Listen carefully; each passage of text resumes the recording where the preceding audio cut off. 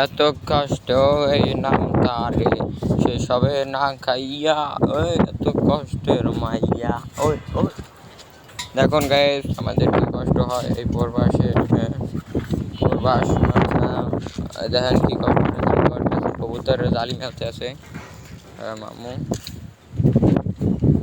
আমি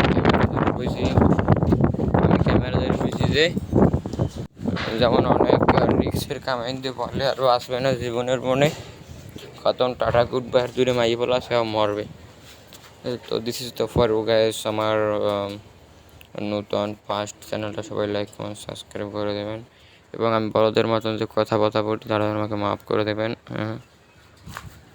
অ্যান্ড তো hello everyone, আসসালামু আলাইকুম।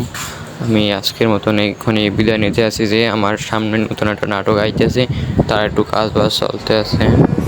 সবাই নাটকটি লাইক কমেন্ট সাবস্ক্রাইব করুন কেমন হয়েছে। এবং এই ভিডিওটা বেশি ভালো হয় না কারণ আমার ভিডিও দিতে হবে, তার জন্য আমাকে এত কষ্ট করে এত রোদ, এখানে অনেক তাপমাত্রা প্রায় 6 তালা উঁচু। সেখান থেকে আমি 2বার পড়ে গেছি, সেখানে ভিডিও লইতে পারি নাই গাইস।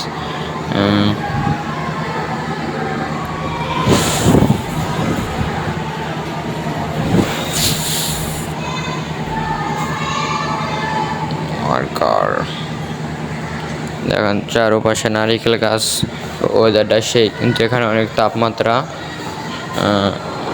যেমন